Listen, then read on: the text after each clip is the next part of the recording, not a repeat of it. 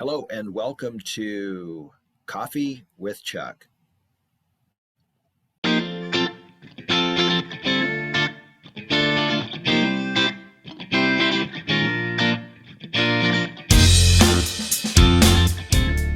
I'm really excited to have Danielle Norwood with us today. Danielle is a celebrity here in the Topeka area. In fact, not only a celebrity, she is one of the favorite radio personalities in the area, and that's not just me saying it. That was actually documented. The Capital Journal Best of, I think that's the name of it. The Best of Topeka, and Danielle is one of the favorite radio personalities here. Danielle, thank you for being here. We know you're a champion of youth, certainly, just generally, but you've been gracious enough to have us on to talk about JAG-K before and what we're doing in the community and throughout the state. So we always appreciate the time that you give us. And now we're going to be able to reach some of our other students through this time. Could you just right now just tell us a little bit about your show, what you currently do here in Topeka at WIBW, which is a historic station, and signal, covers. It feels like I've been in other states, like Oklahoma and other places, and been able to listen to W. Yes, well, definitely Nebraska. But anyway, tell us a little bit about what you're doing now, and then we want to go way back to the earlier days and talk about your journey and how you got here. Well, I am currently, as you said, a talk show host of the Danielle Norwood Show, which is weekdays from 1 to 2 on WIBW AM and FM 104.9. And in addition to that, which is a chunk in itself, I'm also a news anchor for 20-some radio stations around the state with the Kansas Information News Network. So it's a journey that has taken me and some interesting paths, but I am totally loving it and totally humbled by the number of people who tune in and hear me every day. Can you talk a little bit more about the Kansas Information News Network? My first job out of college was a small radio station in El Dorado, Kansas, and we had the Kansas Information. It was a Kansas Information Network at that time, I think. Mm-hmm. We got periodic feeds. Is it one? Well, it doesn't matter. Tell us a little bit about that. Throughout the day. I think they start at 6 in the morning and then they go until 6 at night. So my role in that is I handle everything from 12:30 in the afternoon until 6 o'clock at night. So it's a combination of 1-minute news features and then 2-minute news features, and different stations choose which ones that they want to use throughout their programming. And are you writing those segments? I'm doing you some produce writing. It, you're the talent. Yes, and yes. And news was not something that was even in my view at a particular time, because my background is as a jock spinning tunes back when we were actually literally spinning tunes on a record player.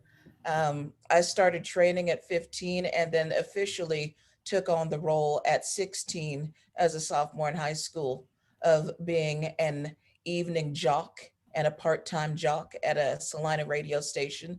And except for small periods of time where I thought that I needed a break, I've always been involved in this. So now I am let me do some quick calculation. I am getting ready to be in my 34th year of doing radio. You started as a baby. Yes, I did. Thank you. Yes. So even before that 15-year-old did the part-time gig. So let's go back, if you wouldn't mind. You just said part-time high school job, spinning discs.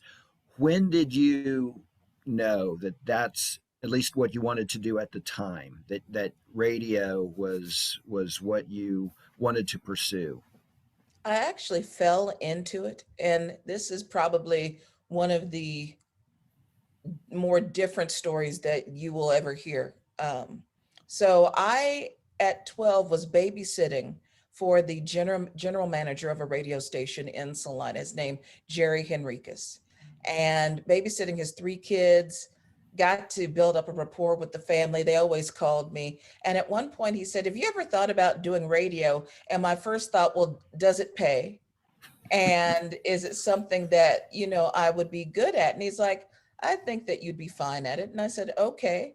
And so from there, ended up going into the radio station, took a reading test on a microphone, to see if I could actually read through a news story and be okay. And that turned out decently. And they're like, okay, we'll start you. And then that's when I started doing my training with one of the full-time jocks. And then at 16, we were off and going. And so I fell into it. It was never something that I thought I'd be pursuing, because in all actuality, I wanted to be a lawyer and do something with political science. That's where my head was back in the day, because I was a debater.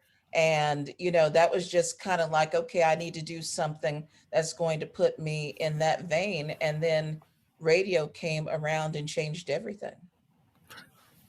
When did it change it so much that you knew that, okay, it's not law, it's not political science, it's something in radio? Was it at 16? Was it like, when in that career path did you decide, yes, this is what I really want to pursue? That's a good question, because I think my automatic response to that would have been to say, during my sophomore year of college, I had gotten a full-time job in radio. And that's when it should have clicked in. But actually, I was really in love with radio from the get-go, and just all the behind the scenes things that happen that people don't know about, being able to have opportunities to chase storms, things that most people wouldn't get an opportunity to do. And, at that time, music radio stations were so much different than they are now. You could actually pick and choose what you wanted to play on the air. So I would be there in the studio, and it would be like Venus Flytrap, which is probably dating myself, but I would be in there with the lights off, and I'd be playing, Anita Baker and Stevie Wonder, and have the best time just, jocking for myself, not thinking that there's an audience listening on the other side of this, but just having the best time doing that. And now music formats are so controlled that you don't pick and choose what you play anymore. You have somebody in a corporate office who has put together this clock and how many songs that they're going to have within this particular clock, and how it's going to highlight, the top 10 and the top 20. So it's all very calculated then now, but back in the day, it was so much fun to just be free and play what I wanted to play.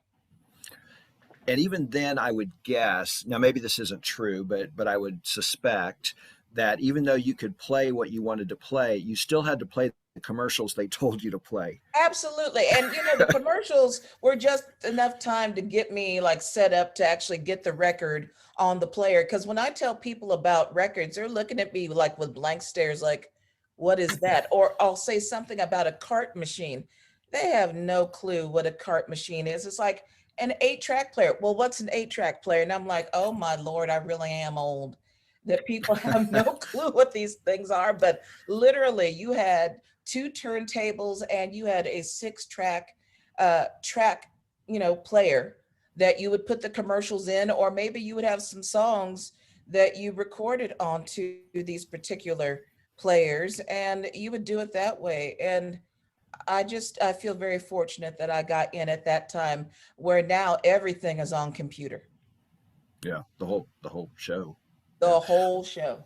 Yeah, and the reason I mentioned the advertisements, I believe, if I read this right, you actually did you do traffic for the? Yes. Okay, so yes, I did. People, when they think about radio, they often think about the performance side of it or the talent side of it, but there are a lot of other jobs, and you've done some of those as well. Can you talk about some of the other jobs you did at the radio station? Well, and that's part of my road to getting here as well, which makes me humbled that I have this position, because I have been the person who literally, okay, so how this works is an advertiser will hook up with one of our salespeople. They'll figure out, yeah, we actually want to be on this particular radio station. So they put together a schedule of commercials. So from there, I was the one who would schedule how many commercials that they would run throughout the week. And then you go into production. You actually had to produce and get the audio and the music part to be correct in terms of what the advertiser wants. And then after that's done, the computer takes all of that and puts it on the air. So those 3 and 4 minute breaks that you hear every hour, probably 3 to 4 times an hour, there's somebody behind the scenes putting all of that together. And I did that for, I'll say, 15 to 20 years. I was the person making sure that all of that got taken care of properly. And then at the end of the month, when it's time to bill the client, I was the one to make sure that those bills go out correctly. And then I would take payment. I mean, there's a lot of pieces and parts that go behind what you hear on the air. Do you have any stories of, and this is more a production thing, but if you were putting ads together, any stories of maybe a one that didn't go so well, or those are the stories people like to hear. But anything that you recollect, I'm sure you were probably perfect, but anything that was maybe less than perfect. Well, here's the kicker. Is probably one of the things that most people don't know. Not all people who are owners should be doing their commercials. And I'll just kind of leave it like that. So to try to make something that is Grammy Award winning out of something that's not necessarily like the best tools to put together, that's always the challenge. And a lot of people, of course, want to hear their voice on radio. Who doesn't? But it sometimes, I almost want to say, maybe you should get somebody else to voice the commercials, just because maybe it's not necessarily a fit. Like, you have a gift for owning the business and running the business, but not necessarily doing the ads for the business. So there's been a couple of times when it's been a half day procedure, just trying to, literally put the pieces together to make a 30-second or a 60-second commercial. So, sometimes it's a little difficult, but for the most part, people are great about doing it. And if they've done it for any period of time, after a while, it just becomes a thing and there's a flow to it, and we get in and out, and the commercial gets on the air. You mentioned that experience has really helped you, I think, now at least have a greater appreciation. Can you maybe talk a little bit more about that? Why did that give you a better appreciation? Is it just because of everything that goes into it, or why do you feel that way? Well, one of the challenges is that even though I was involved in broadcasting, I had people who were in particular stations at the time who didn't feel like I was a fit. They wanted to keep me pigeonholed in doing the business part because that's where the need was. They didn't need me to be on the air. They already had those things taken care of. And so at one point, I told my manager, it's like, here I am with this Crayola box of 64 crayons, and I could do all of these things for you, but you choose to have me operating in black and white. And they didn't change from that philosophy until I took the step to go someplace else, because I had this desire to do more. And at the next station that I ended up going to, I was doing more, but I was still doing the traffic part too. So, I mean, we're talking about a long, long road to get me to where I am right now. So I'm totally appreciative. I remember those days of sitting back and being frustrated, like I could do more, but I'm not given the ability to do more. People couldn't look outside the box to see what some of my strengths could be. So it takes believing in yourself and knowing that, even though these people don't see me in this way. If I believe enough in myself, then I need to go find a place that's going to honor that. And so I've been fortunate enough to have done that. Where was that next place where you were able to do more of the on air stuff and while still doing the other, but focus more on It was the on 99 kg in Salina. So it's okay, so it interesting was because it was still in the same city. It's okay. interesting because most people like bounce back and forth between radio stations because there are a number of stations, but if you've been to the Eagle properties, you've probably come from, the Salina Media Group properties and back and forth. But it's like with each advancement, I literally did advance. I'd never made a lateral move. I always wanted to go further up in the chain. And of course, the biggest move was to go to Topeka, which was huge for me because I had never left Salina. In fact, never left my house. Grew up in my house, lived there up until I was 44. And so it was it was a big step to say, okay, I'm now going from where I feel comfortable in this little pond to being to what I perceived into the ocean, because Topeka was so big. It's 100 and some thousand people, and Salina is, 50 some. And how am I going to make the transition? But then once I made it, I'm like, you know what? I could do anything. I feel comfortable more now being here and having adjusted. It feels like this was meant to be.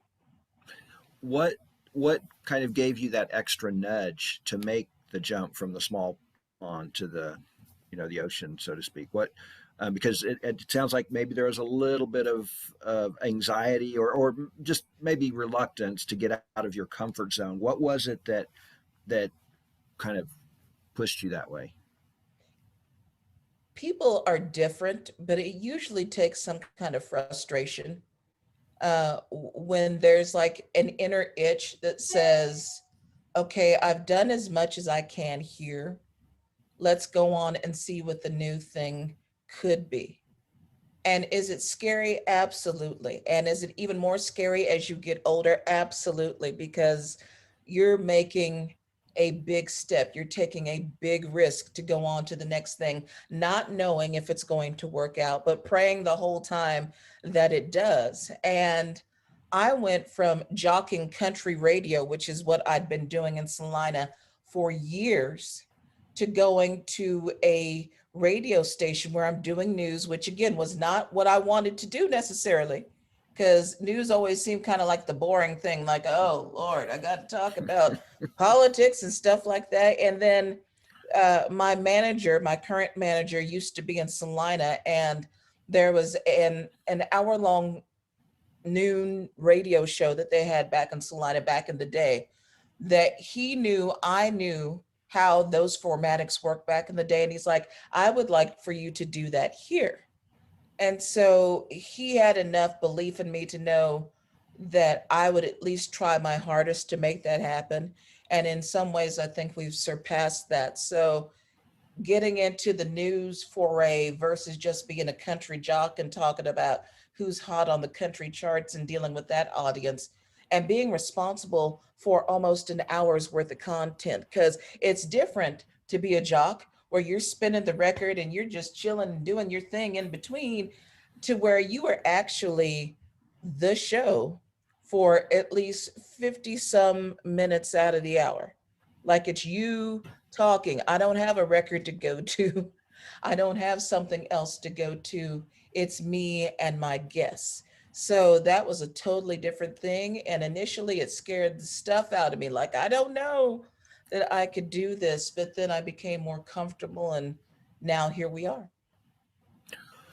In addition to the big jump professionally, I would imagine, and obviously correct me if I'm wrong, that if you had lived in Salina for 44 years, moving to Topeka probably was also an adjustment, or Huge. was it mostly the professional No, aspect? it was the biggest adjustment because you could always, it takes a while to get into, a job position to kind of feel your way and get your footing. But going from living in Salina, which is very much, in a sense, like a bigger little city, to something that's more urban and metropolitan like Topeka was a huge jump. And I didn't know anybody really except for my manager and his wife. I mean, so now I'm starting over, having to make new friends, hopeful that people will accept me. And it took a little while, but now it feels like one of the best decisions that I've ever made because I've got some great friends here in this community. I love the job that I'm doing, even though it wasn't what I had planned on doing. But even with all that, there was a faith to know that I could do whatever it was I set my hand to do. Kind of jumping back to high school, you had mentioned that you were in debate. I think I saw that you were in forensics also, Mhm. perhaps. Did you do a performance event? And what did you do in forensics? Was it public, like humorous interp, or what did you do? Lincoln Douglas. Oh, okay. So yeah. More of the debate stuff. I was never, and to this day, public speaking probably scares me as much as anything. And a lot of people assume, well, you talk to people all the time in front of a microphone, but it is so totally different to be in a room with a mic, opening up your thoughts, to being in front of people where you could see their reactions. You could see if they're scratching their head or tapping their foot or having conversations or playing on their phone. And all of that is such a distraction that it's hard to actually talk in front of a group of people. But on the radio, it just totally flows. And you do your share of emceeing for public events and I those do. types of things. So, what are some tips? Because public speaking is one of those things that really builds confidence, but it is the scariest thing for most people. Absolutely. Not only our students but adults. I think there's a lot of research that indicates that as a fact. Highly accomplished people, they just hate public speaking and they'd rather do just about anything else. So what are some tips that you can give some of our students for overcoming anxiety, addressing a larger group? What are some of the things you've picked up on that have helped you over the years? The biggest tip I would say is to find the one. There's usually one person in an audience who is actually paying attention to you and giving you some verbal cues like they're into it. Find that person and focus in on them. So you're not so much looking at the person who's checking their phone, like, how quickly is she going to be done?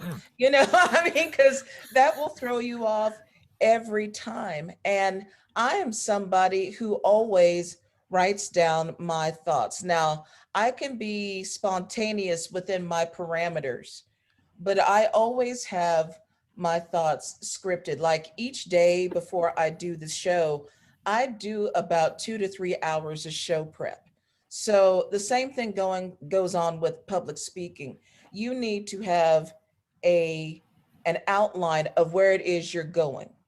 You can't just get up there and just spontaneously speak off the cuff and not have an ending point to where it is that you want to land. So I always say, put the work in from A to Z to know where exactly you're taking the train. And then if you veer off, you're okay because at least you know what Z looks like, as opposed to being like, well, I guess I'm done.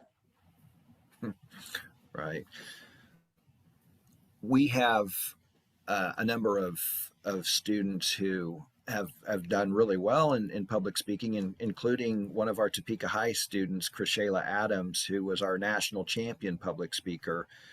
And we, I think these tips would be helpful in preparing future students because it's not something that most people are really excited about, love, At all. and it definitely takes training, and I think being prepared, as you said, is one of those things that's going to give you more confidence if you at least know your opening line and your final line, and then maybe figure out the rest in between. But And I'm still scared. I'll be the first person to tell you. My granny used to say that scared horses run fast. And I am the first person who has all this anxiety and adrenaline bubbling up. And it'll take me, again, a couple of minutes to find my footing. But once I'm in the zone, then it's good. And that happens with my guests all the time. It's funny that we'll start out, especially if they've not done radio, they'll be a little timid at first, but then once they get into it, it's like the train doesn't want to stop. And then I had to tell them, okay, we're done with the interview now, but where I got more to say. And I'm like, no, we got a commercial break. We got to cut it off. So it takes a moment to kind of warm up. It's almost like a crock pot. The crock pot does not start off hot. It takes a while to actually warm up. And sometimes it takes a long time to warm up. But once it's finally warm, it is good to go. With a daily show and the number of guests you have to book for, and I know sometimes you'll have a guest on for the whole time, but usually it's, or at least the ones Usually, I've heard that there have been multiple guests. yes. Can you tell us a little bit about how those shows come together? And you mentioned 2 to 3 hours of prep time before the show, but you've got to book these. And then, if you wouldn't mind, and you don't certainly, I don't want you to give us names, but if you could maybe give us some examples of great guests and then ones where you were just waiting for the show to get over. Ooh, that's dangerous. I know. That's why I said no names. No, I No. won't. I won't name any names. But what I will say, the worst one that I have done so far, and again, I'm getting ready to go into my fourth year in July with this. There was a guy who was so excited about being on because he had a charity that he was going to have a particular event and all the benefits were going to go to this charity. And the last thing that you do on radio is to give one word answers. So you cannot just say yes. Okay, well, tell me about the event that's getting ready to go on. And then just minimal stuff. And I'm like, okay, guy, I'm trying to help you. Help me help you. Give us some details. And I would try to ask questions that were drawing him out. Like, okay, how did you decide to put this together? And I was still getting 2 to 3, maybe sentences per question. And I'm like, dear Lord, how much longer do we have? Can we take a break? Okay. I mean, it's just hard to draw people out. But again, he was so excited to be on. Now, will he be on again? No, he won't be on again. God bless him. And I support him and whatever he's doing. It just won't be on the air just because radio is all about hearing and engaging the audience in your story and having somebody who was good enough to share those stories. And I will actually tell you who one of my favorite guests is. Barry Feeker from Topeka Rescue Mission. He is amazing. He will tell some stories that literally one time he almost made me cry on the air, and I'm not a good crier. So I was trying to check myself at the same time that he was telling the story because it was so beautiful. But he is always engaging the audience and he's taking difficult subjects and breaking it down to where people actually understand what he's saying. So he's probably one of my favorites. And that's why every month I give him an hour to talk about the latest because there's so much going on when it comes with the homeless in our area and so many new people because of COVID and the economic situations. They are grappling with some of these issues as well because again, we don't have resources. What are we going to do? And they're the ones that are standing in the food lines now where they thought that they would never have to be involved in that. So um, it's just been really educational and really, really inspirational for me to have him on every single month. When you're talking to groups, and I know you've worked with youth in the past, what are maybe some of the 2 or 3 most important points that you would share with them to help them on their career paths overcome maybe some personal challenges and I'm sure you've helped students through some things like that. What's some advice that you typically give young people early in their lives? Well, can I tell a brief story of my bio? Please. So I was born back in 1972. My dad was in grad school at the time, and my mom, again, doing some quick math, I think she was 18 or 19 when she had me. So they were in a situation where they didn't have any real finances, and I was probably the honeymoon baby. So they had to make some serious choices as to what they were going to do. And back in that particular time in Denver, it was very much a, how would I say, racism was really a thing. And so they couldn't really find anybody to take care of me during the day while mom worked. And again, dad was in grad school, so it was a struggle. So they ended up talking to my grandmother, which was my dad's mother, and great grandmother, his grandmother, about taking me for a little while. And the little while ended up being the rest of my life. Mm. So I grew up with a grandmother and a great grandmother, fifth generation Pentecostal, just very much tight environment of what we could and couldn't do. And for some years, I kind of resented it because I'm like, I can't have no fun, being Pentecostal and two old ladies. And again, it just, and I was the nerdy Black kid in school. So no real friends. And I mean, it was just a real difficult situation. And I say all that to say this: academics were really the way out for me because I wasn't social and making the friends that I needed to in order to, you know, get into some kind of clique. So everything that I did academics wise was what I believed was going to get me to the next realm. And so I ended up being a National Honor Society my senior year, worked my tail off to get in. And I believe that especially people who have low economic resources like we did, I would be picking up cans from off the street so we could collect cans and turn them in for money. I mean, just real life, real stories. So I know what a lot of people who are in those segments are dealing with firsthand. What I would say is to know that no matter what's going on around you, whatever it is that you feel that you can do and do well, believe in yourself and go after it. The nice thing is that we have an internet. So if you don't know how to do certain things well, get on, find some classes. There's plenty of free information out there to get you started.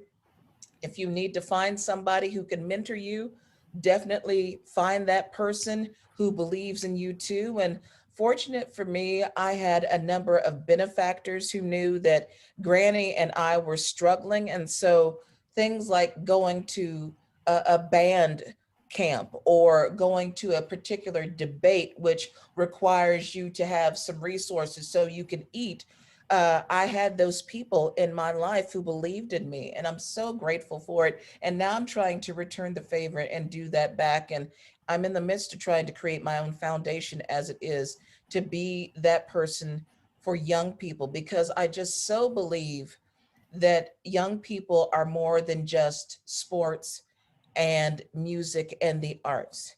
Academics is so important. And I think sometimes we just think that, well, we're just trying to get through school to get on to the next thing. No, you need school as a vehicle to get you to the next thing. And so I wish that I had finished college. And in fact, I actually took online classes back in 2015. So now I'm a junior in college and working towards that.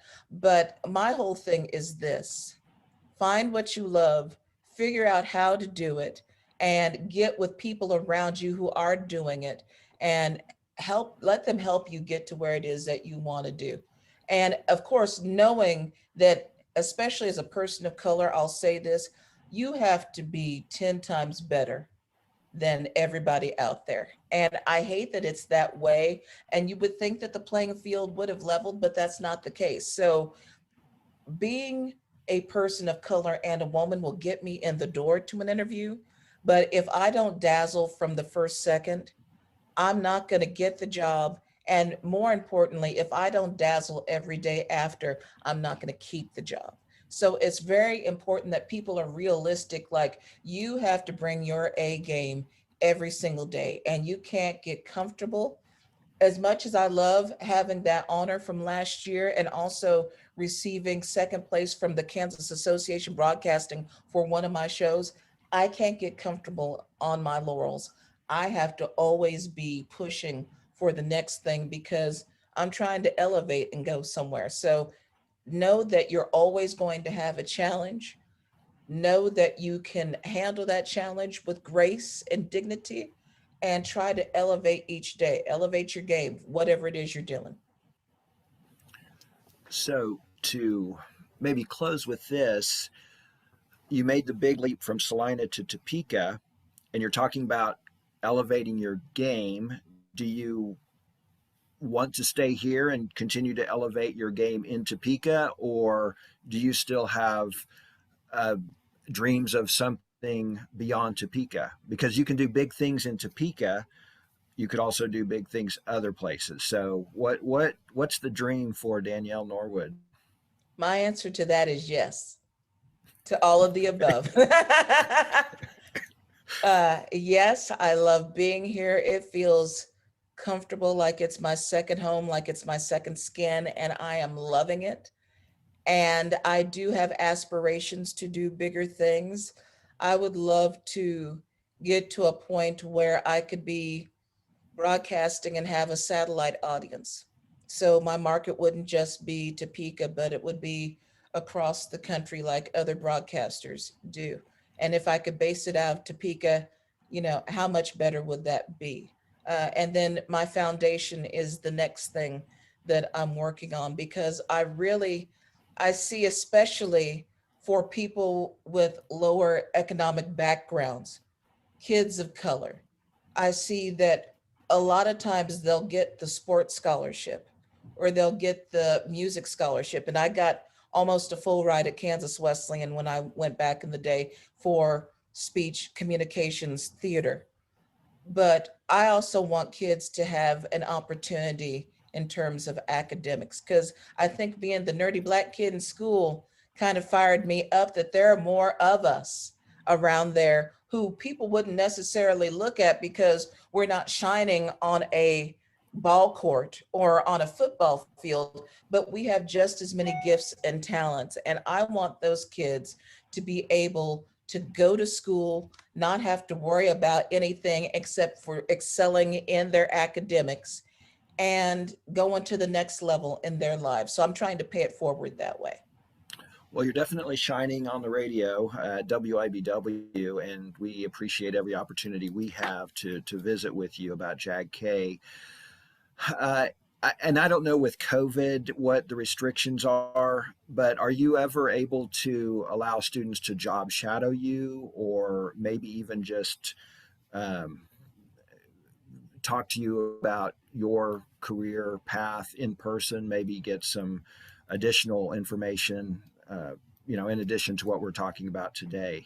Maybe. I certainly would be open to that. Right now, our studios, of course, are closed because of the pandemic. But when we can actually open up, I would love to give some kids a tour, have them get behind a mic and try some things out, and just kind of see what it is that I do throughout the day. That's great. And right now, I know people can listen to the shows on demand at Yes. WIBW. Just Google WIBW Radio or maybe Danielle Norwood. I'm sure both will take you there. But WIBWnewsnow.com.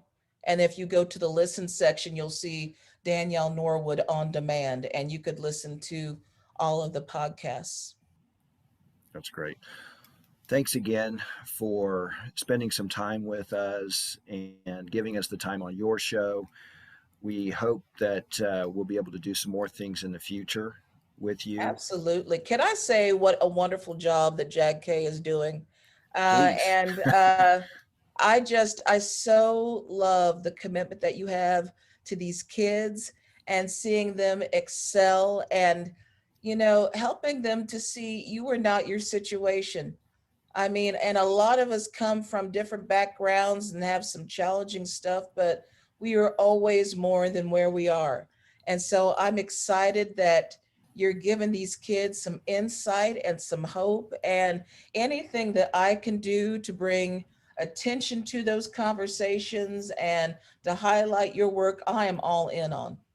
We appreciate that. And we'd love to have some students and some of our career specialists in, because they are the ones with our students every day, and they are the secret sauce to our success. They are magnificent. And again, thanks for everything you've done. Danielle Norwood, check her out 1 to 2 p.m. or do the on demand. So that'll fit your schedule. Thanks again. We really appreciate it. Anytime. And enjoy your coffee. Thank you.